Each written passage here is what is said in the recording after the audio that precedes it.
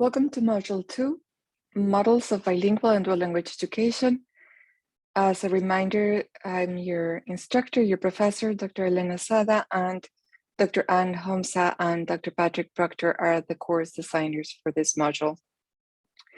Our learning objective is for participants to demonstrate understanding of existing bilingual and dual language education models in the US and understand the similarities and differences between existing models. So there's lots of models and there's lots of misunderstanding of the terms bilingual education and dual language education. So I'm hoping that this overview clarifies some important aspects. So first of all, let's take a look at what is common in all bilingual models. It's like the umbrella term. And all models of bilingual and dual language education somehow involve more than one language or involve people who know more than one language. And what's different among them is that it could be servicing different participants, it can be created for different purposes, and also it can have different governance or control. So as we grapple with the similarities and differences, we should consider first what changes, what varies between the models is participants, purposes, and control, but then therefore it also changes, it varies depending if they're segregated or integrated, which has to do with the participants. Also the language allocation time of the different languages, and that has to do usually with the purpose. And also if it's additive or subtractive, if the view of the language instruction is an additive perspective, or is it a subtractive perspective? And we'll talk more about that. And also it's going to, this different change variations, participants, purpose, and control will also affect the teacher qualifications that we need in the program. So this handout is in Canvas and you can download it, excuse me, or print it, use it because it'll be handy. You can fill in as we go on. So we talked about how the variables are participants, purpose, and control. And as we will see, the variables are also, they had to do with attributes. So it has to do with relationships, percentage of the time allocated of the language, the impact of language, additive or subtractive, and then the teacher qualification. So the first variable is what is more about the pupils, more about the participants. What is, first of all, their native language? So is their native language a majoritized language? In this case, in the United States, it would be English. In Mexico, it would be Spanish. In Canada, it would be French, etc. And then is it a minoritized language? Is it one of the languages that represent or is spoken by a minoritized population? Like in the States would be Spanish or Lakota or Navajo, Chinese, Haitian Creole, etc. Or is it bilingual?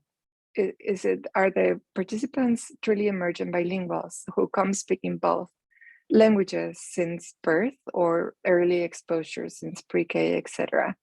For example, English and Spanish, or English and Haitian Creole, etc. The second variable is the purpose. So what is the goal of the program? Is it to learn the majoritized language? Do I want to establish a program that would help students learn English? Or is it a minoritized language? I need them to learn Chinese or Lakota. Or is it both, to be bilingual, English and the minoritized language? The third variable is who has control, who has the governance of the program? Is it a government? Is it a local community? Is it the diocese? Is it some other authority? So does this body, this governance, already know the majoritized language? Do they all speak English, or do they represent the language of the minoritized people? Or are they bilinguals? And in addition to the variables, we have attributes that are in connection to the variables. So as we see, it's relationship, percentage of language allocation, and impact of the language, all in column 1, in addition to teacher qualifications. So let's take a look at the relationship between the participants in the educational program. So is this program going to be segregated or integrated? Are all the participants in the program interacting with each other? Do they belong to the same linguistic group, or do they belong to different linguistic groups? The percentage of time in the language. So how much instructional time is it going to be spent in each of the languages? Is it 100% majoritized? Is it like an English immersion program? In that case, it wouldn't be necessarily a bilingual program, but some people consider it bilingual just because bilingual learners are in an English immersion program. So that's why it's important for us to understand these distinctions. Is it a program that allocates over 50% of the time in the minoritized language? Is it a program that starts with majority minoritized and then switches to majoritized, meaning English language, or is it a 50-50 from the beginning? Also, what is the linguistic impact? What is the long-term goal of the program? Do we want to maintain two languages? In that case, it would be an additive perspective, or is it subtractive? We want to be able to mainstream the students in English, the majoritized language. Therefore, it's subtractive. We want to, even if they forget their other language, as long as they use it to transition into English. And finally, what language qualifications do the teachers have? Are they truly bilingual? Are they almost bilingual? Are they monolingual, etc.? So not all dual language programs, or not all bilingual programs are dual language programs, and not all bilingual programs are truly bilingual programs. So there's confusion. There are programs that are English only, and they call it immersion, though some people call them submersion because it's a swim or sink kind of model. There's a sheltered English immersion, which is you put similar English abilities in the same room and you concentrate on developing the English skills, or is it a transitional bilingual education? So these are the not dual language programs. So let's take a look at the first three columns, or the second through the fourth column in your handout, the not dual language programs. Let's take a look at the English only model, the sheltered English immersion program, and the transitional bilingual within these variables: participants, purpose, control, and then the attributes of relationship, percentage of the language, impact of the language, and teacher qualification. So this English only or immersion or submersion program. So the participants are usually speakers of any minoritized language. The purpose is to provide instruction in English. The control group is usually the government, or it could be private or parochial, but it's still a not necessarily the community. And then the relationship is usually integrated into the mainstream because students are in a swim or sink situation. Sometimes it's segregated, most of the times it's integrated, and then the percentage of language allocation is 100% in the majoritized English, language, which is English in this case. It's a subtractive approach because you're not sustaining the bilingualism, and the qualification for the teacher requirement is simply monolingual English. The second one is sheltered English immersion, or the CEI. So not everyone would be familiar with this one. It became very popular early in the 80s and 90s because there were specific strategies that were discovered to be very helpful for the English learners, and they as English acquisition strategies. So all the English minoritized students sometimes would be put into groups or integrated into the mainstream, but all teachers were taught this SEI training, so they're SEI endorsed. So participants are speakers of any minoritized language who are classified as English language learners. The purpose of this program is to learn English by being taught all subjects in English, with a specific focus on developing language objectives and content objectives. The control group is a body outside of the community, usually the government or the board. The relationship among the participants is usually integrated, though sometimes it's segregated by language group, depending on the district. the language is English, and the impact is subtractive as well. And we already spoke about the teacher qualification, which would be English monolingual, but with the SEI endorsement. So the third non-bilingual, truly bilingual, or the third non-dual language model is a transitional bilingual. And even though it's bilingual, it's not dual language because of the goal, and as we're going to see. So in this transitional bilingual model, the participants are speakers of any minoritized language. The purpose is to learn content in the home language while transitioning, or for purposes of transitioning into English. And the control group is once again is the government or the board.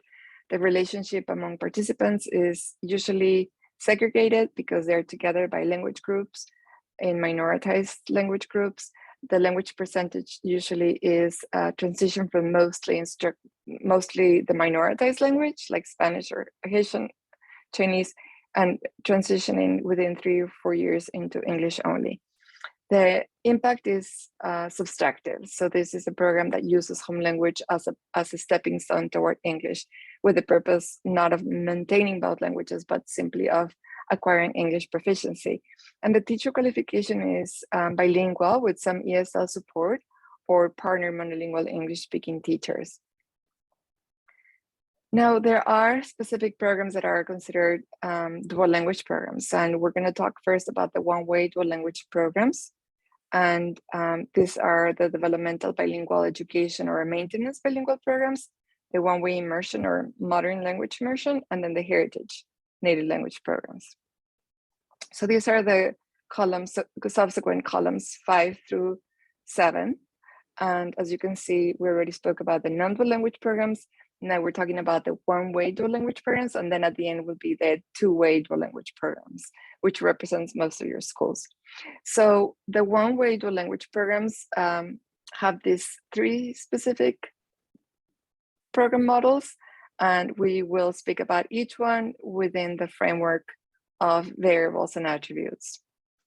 So the developmental bilingual education or the maintenance bilingual program, you do have the same goal as a dual language because you want to transition from mostly instruction in the minoritized language to mostly instruction in the majoritized language.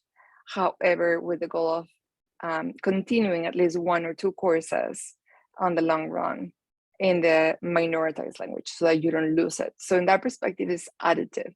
It's not as effective in sustaining the minoritized as the two-way, but it's still, or the one-way even, the dual language, but it still pays attention to this additive component through 1 or 2 courses in upper elementary and middle school.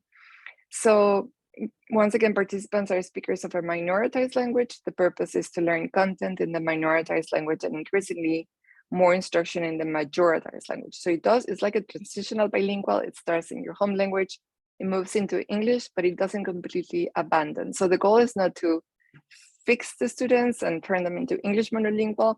They do want to sustain the minoritized language, but not to the same extent as they do with English. And the relationship between participants is they're usually segregated by minoritized group, just like the transitional bilingual. And the teacher usually is trained like the previous group in bilingual education with supports of ESL, and also sometimes in conjunction with a monolingual English mainstream teacher. So the second model within this one-way is the one-way immersion or modern language immersion. So this is for speakers of majoritized language. So this would be for English dominant or language, English as the main language at home. And this is a common model in, right now, Utah has this program throughout the whole state because they send a lot of missionaries to other countries. So they establish schools where English only families and students can learn a second language so they can do missions in those countries. This is also common in areas where that are affluent, and there's like the lycée, French lycée, or the other language immersion schools, like the German school in Chicago, or the Italian school in New York, etc.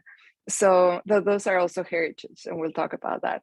So they provide instruction in a minoritized language or modern language, and they do a lot of immersion so they can be completely fluent, considering that English is common in the community. They make up for it by adding more of the minor or the other minoritized, or it could be another majoritized language, like French is a majoritized language in Canada, but in this sense, it's considered a foreign language. So the relationship is usually segregated within the same group, or it can be integrated if the whole school is a one-way immersion or modern language immersion.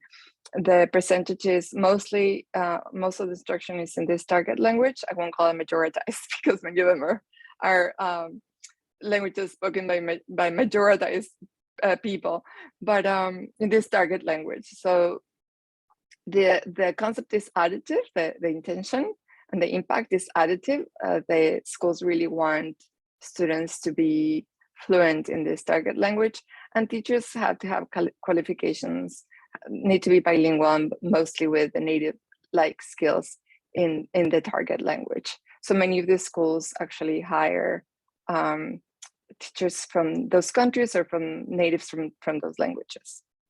And these are some examples: the French immersion in Holliston, etc. Chinese immersion as well in other places.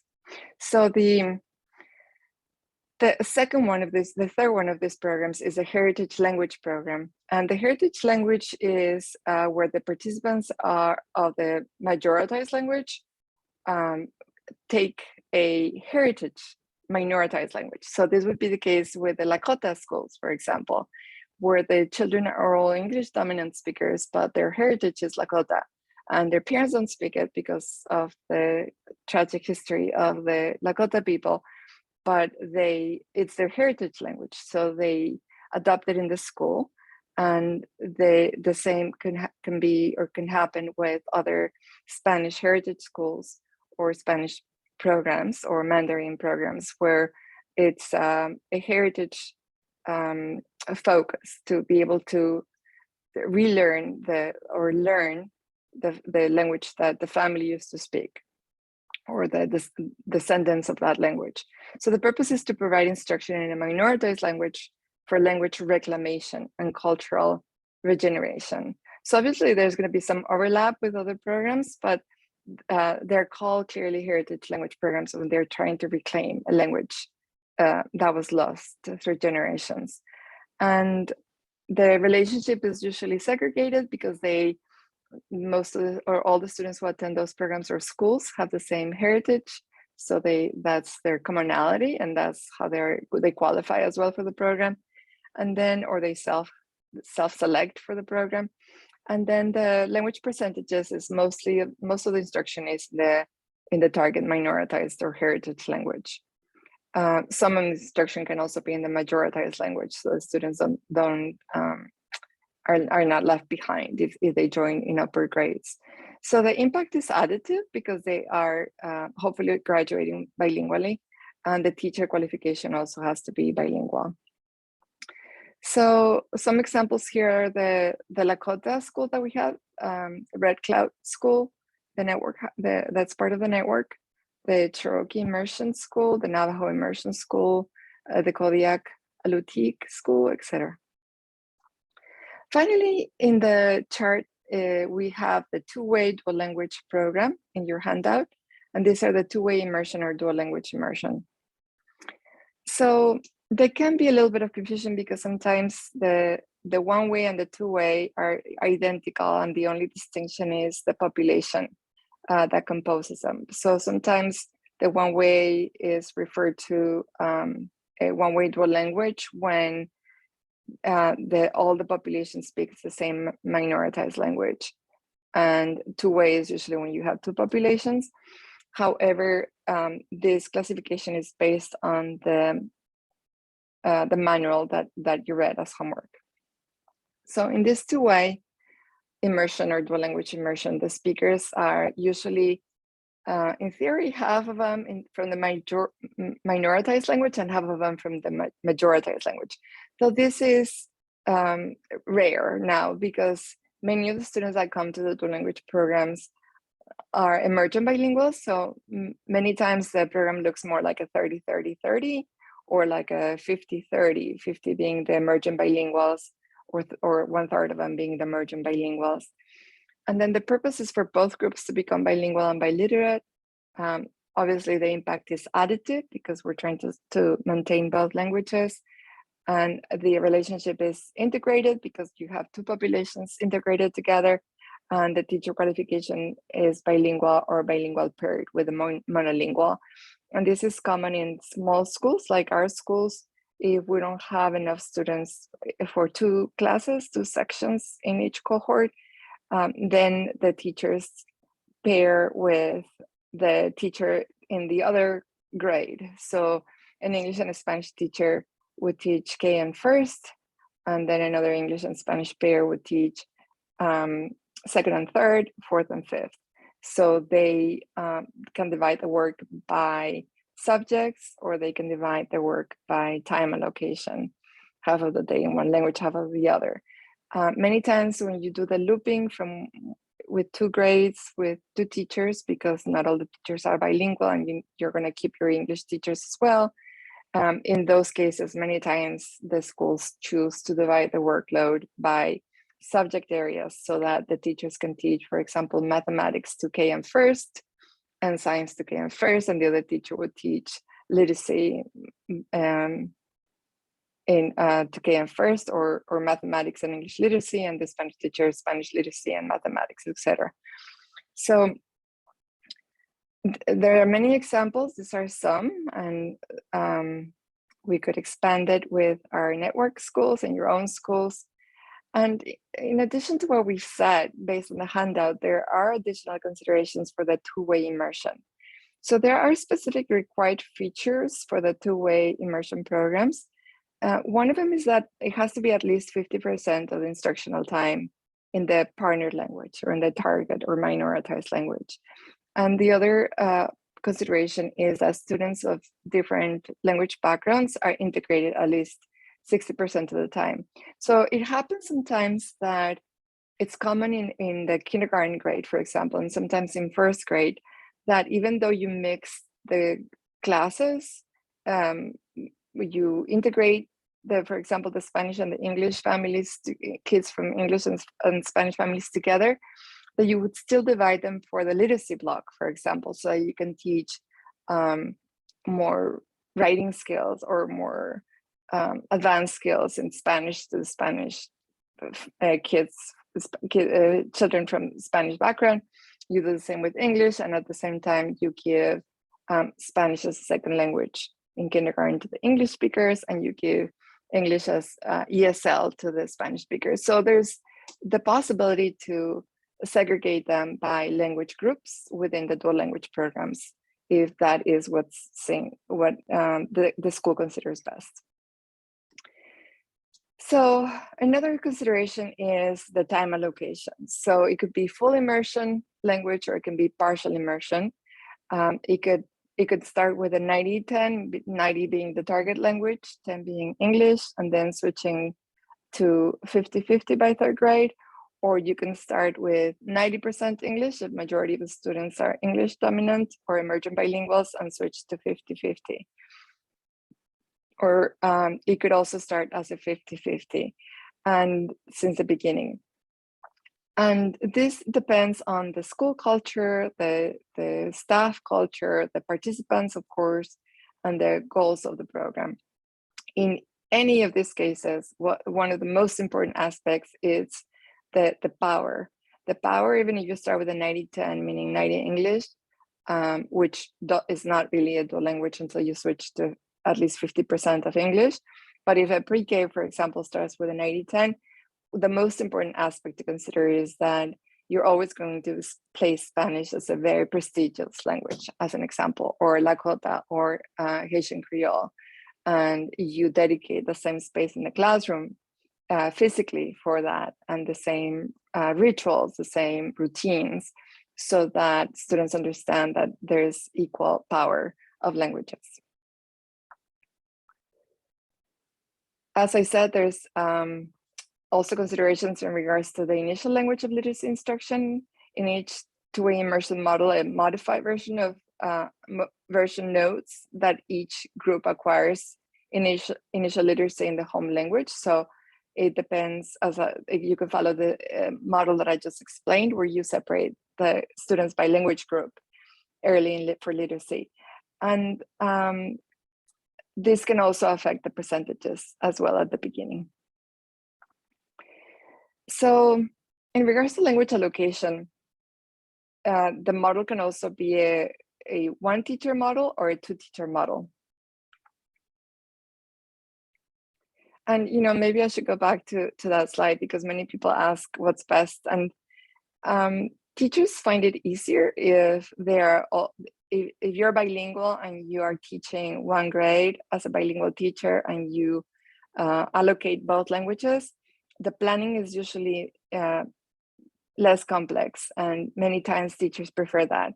However, it's not always the case, and it's really beautiful to see that when you need to place two teachers side by side teaching two groups or the same group, they not only learn to collaborate, but they learn a lot from each other's styles, and they really complement. They learn to complement, and the students benefit from it. So which model is best? So it's very hard to measure results and compare. We've had ample research showing the superiority of the language education when done with the goals in mind and instruction models that are sound. However, there's no specific research for different with different populations and different language allocations, because there's many variables. So you could say, well, 50-50 works, 50% at least of instruction in the target language is what's needed for the results that we've seen, that we know. But is it more or less if you started with 90 or if you started with 50? We don't have that type of data. So usually we have to look at the population and make an informed decision based on the principles that we just covered. There's also a shortage of research in regards to long-term effects, and many schools are working on that. And also there's the teaching factor, the experience of the teacher in the program. So as I said, there's ample research showing that for Latino students in particular, two-way programs lead to better academic outcomes.